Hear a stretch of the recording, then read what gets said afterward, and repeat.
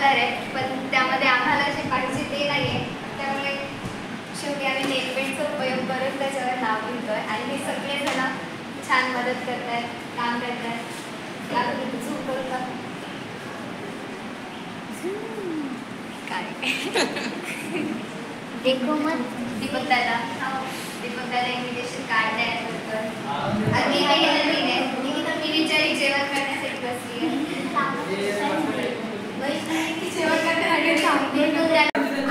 काय इकडे चालू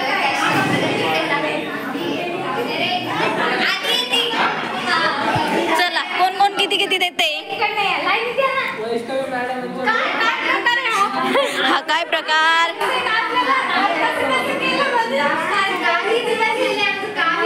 इकून असं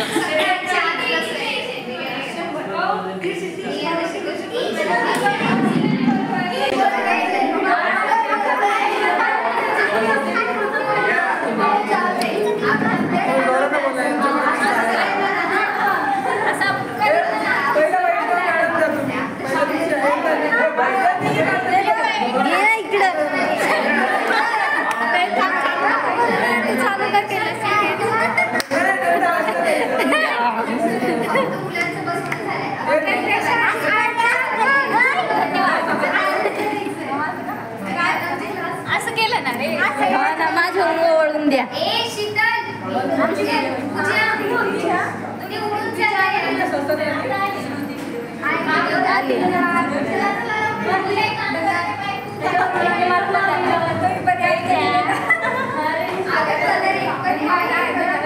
खाली वाक ना, तुझं चेहराच नाही आला.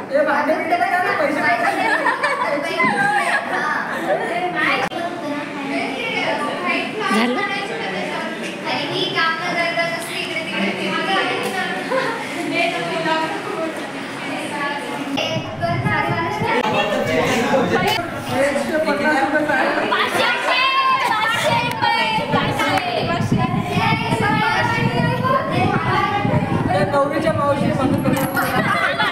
असं करा कॅमेरा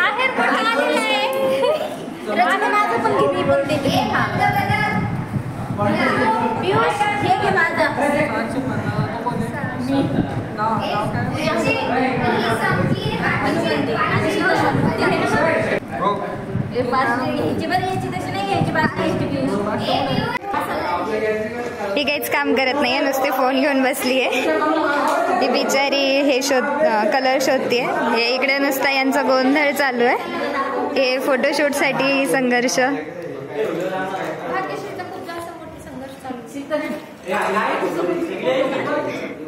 बिचारी. आणि हा कॉलेजमधून येऊन नुसता इथे बसलाय कामं करायचं सोडून.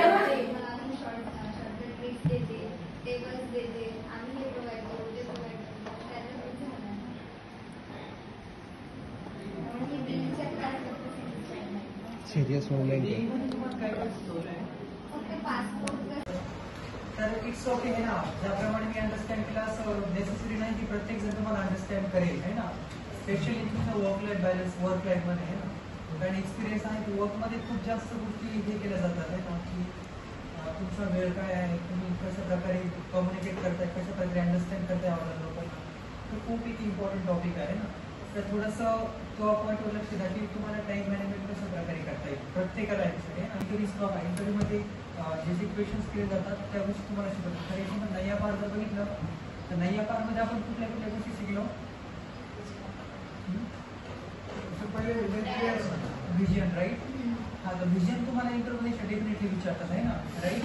त्यानंतर आपण बघितलं डायमंड्स इन माय लाईफ खूप वेळा विचारतो की व्हॉट वेळ the purpose of your life आहे ना राईट. इंटरव्ह्यूपेशन तर डेफिनेटली आहेच.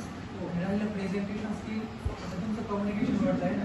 तुम्हाला जेव्हा जॉबमध्ये जात चांगल्या जॉबमध्ये तुमचं कम्युनिकेशन तुमचं इंग्लिश आणि तुमचं प्रेझेंटेशन स्किल प्रॉपर असणं खूप इम्पॉर्टंट आहे. खूप